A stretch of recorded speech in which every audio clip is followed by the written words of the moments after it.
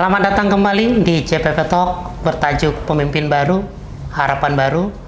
Tadi kita sudah melihat tayangan sosok Bapak Andra Soni, calon gubernur Provinsi Banten 2024. Dan untuk mengenal lebih jauh, kita akan berbincang dengan beliau bagaimana perjalanan politik beliau dan bagaimana perjuangan beliau untuk membawa perubahan di Provinsi Banten.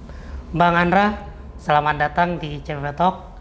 Ini kalau lihat sosok Bang Andra ini, saya ingat orang-orang di terminal, Bang. Jadi lahir dari lapangan, dari bawah, kemudian sekarang menjadi salah satu tokoh politik penting di Provinsi Banten. Tapi saya mau tahu dulu, Bang Andra ini kan kalau lihat perjalanan hidupnya, ini kayaknya agak berliku-liku, Bang. Agak banyak tangisnya kayaknya daripada tertawanya. Jadi dari Payakumbuh, benar ya, Bang? Dari Payakumbuh, kecil di Payakumbuh, kemudian pernah merantau ke Riau, Malaysia, ya. Pernah juga ke Malaysia, sampai kemudian diantarkan oleh ibu ke Jakarta, tinggal sama kakak. Nah, mungkin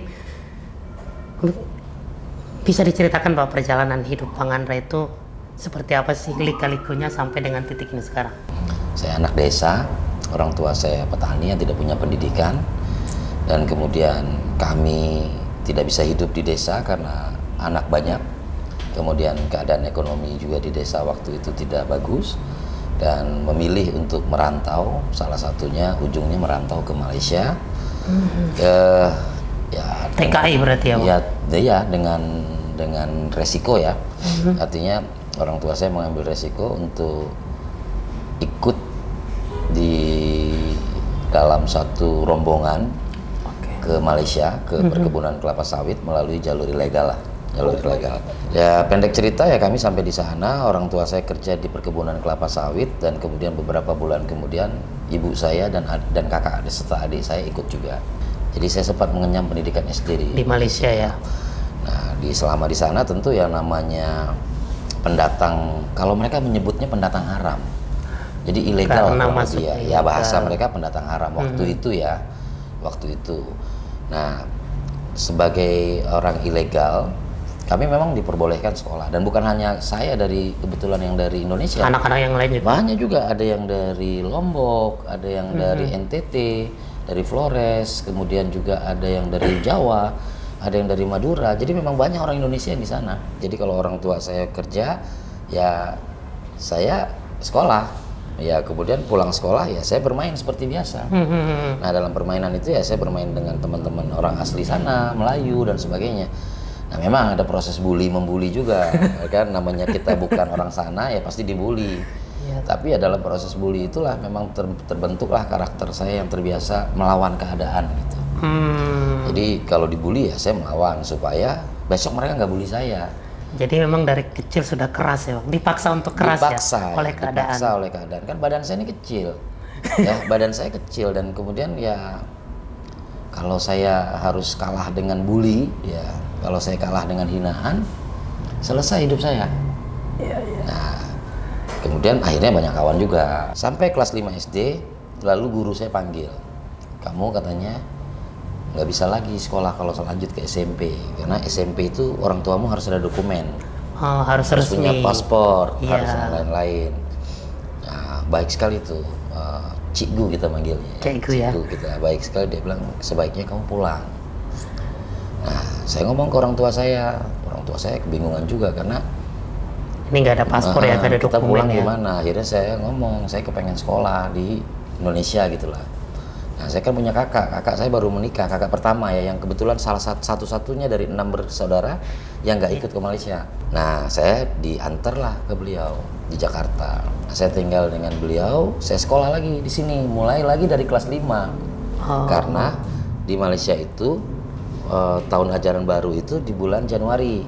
Kalau di kita bulan Juni. Ya. Maka saya waktu itu sekitar bulan-bulan Februari. Tapi alhamdulillah nggak perlu waktu lama, saya naik kelas 6. Lalu kelas 6, nah pas kelas 6 itu kakak saya diterimalah pengajuan kredit rumahnya. KPR BTN, iya, kredit pemilikan rumah Bank Tabungan Negara. Kalau dulu kan diplesetkan bayar tapi nyicil gitu kan. Nah di wilayah Ciledug, sehingga saya nggak bisa pindah ke Ciledug karena dulu sistem rayon. Jadi kalau mau pindah dari DKI ke Ciledug mesti ke Bandung dulu karena masih masuk Jawa Barat. Akhirnya dengan berat hati saya sekolahnya berangkat dari Ciledug ke Jakarta. SD Jakartanya di mana, Bang? di daerah Haji Nawi. Haji Nawi Haji itu Nawi radio itu dalam. blok M, radio dalam. Iya, blok A lah, lebih dekat ke blok A. Jauh banget ya. 4 kali naik bus. 4 kali. Jadi waktu itu saya dikasih uangnya itu hanya cukup untuk Berangkat dan pulang. Ada lebih 100 rupiah, ada lebih 100 rupiah. Nah tapi sebenarnya itu proses-proses yang membuat saya lebih adaptif dengan keadaan. Jadi bagaimana mensiasati tanpa harus melakukan perbuatan yang tidak baik. Yap. Jadi kadang-kadang saya akhirnya banyak abang-abangan, kenek, ya, abang-abangan pokoknya, kenek, ya kan, terus. Kayaknya benar cerita Iya. terminal ini. Iya. Kadang-kadang kita di Blok M, di CSW itu. Nah, kadang harus naik bak terbuka. Kan saya di Ciledug Raya. Itu selama setahun berarti ya? Sampai kelas 2 SMP. Iya, awal-awal kelas 2 SMP. Nah, di kelas 2 SMP itu sekolah saya tuh saya udah mulai sering terlambat. Akhirnya saya ngambil solusi, ada kawan baik itu dia membiarkan saya untuk mengajak lah untuk tidur di rumahnya supaya saya nggak terlambat. Akhirnya saya jadi terbiasa nginap-nginap. Lama-lama enak juga ya nginap gitu karena nggak capek di jalan kan. Tapi ternyata itu membuat kakak saya marah karena kakak saya kan punya tanggung jawab. Yep. Nah pas kakak saya datang ke rumah itu ketemu dengan bapak itu minta langsung kepada kakak saya, udah Andra tinggal di sini saja biar jadi anak angkat saya. Nah kemudian kakak saya tentu nggak berani kan menyampaikan ke jawaban dia harus sampaikan ke orang tua kandung saya. Waktu itu orang tua kandung saya sudah pemutihan, sudah punya paspor di Malaysia. Tahun 89, 90, iya 89 90 lah. Kembali ke Jakarta, nemui calon orang tua angkat, masih calon tuh. Akhirnya sampaikan bahwa Andra tinggal di sini aja, saya tanggung jawab, saya akan didik, saya akan sekolahkan dan sebagainya begitulah. Nah, saya tinggallah di keluarga angkat itu sampai saya lulus SMA. Berarti dari SMP sampai SMA itu sudah nggak sama kakak lagi? Sudah nggak, SMP kelas 2, awal kelas 2 sampai dengan SMA. Nah, karena tinggal dengan keluarga angkat, ya udah punya orang tua kan, ya memang ada rasa percaya diri. Rasa percaya diri sehingga setiap ada aktivitas apapun, saya berani untuk ikut. Contoh aktivitas olahraga, saya berani ikut karena ada backup kan. Akhirnya ya saya aktif di olahraga, saya pernah jadi atlet hoki, saya pernah jadi lomba renang, walaupun badannya kecil saya lumayan lomba renangnya, karena dulu pernah berenang di kali kan. Terus saya juga pernah sempat latihan polo air di Jakarta, dan ya memang hobi olahraga memang, ya kan, saya suka main bola juga. Nah dalam pergaulan itu ya saya memang banyak dapat kawan lah. Siap. Nah kemudian berubahnya perjalanan saya itu dimulai waktu mau masuk SMA kelas 3. Mau masuk SMA kelas 3 orang tua angkat saya meninggal. Baru mau masuk itu persis pas final Piala Dunia 94 Brazil lawan Italia.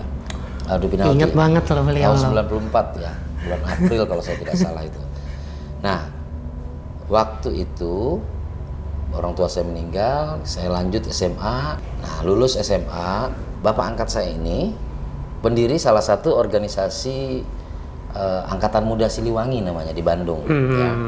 Kemudian juga pernah menjadi anggota DPRD Kabupaten Bandung dari utusan golongan, tapi tahun 70-an. Ya itu saya tahunya setelah tinggal di situ, dan tamu-tamunya kebanyakan politisi.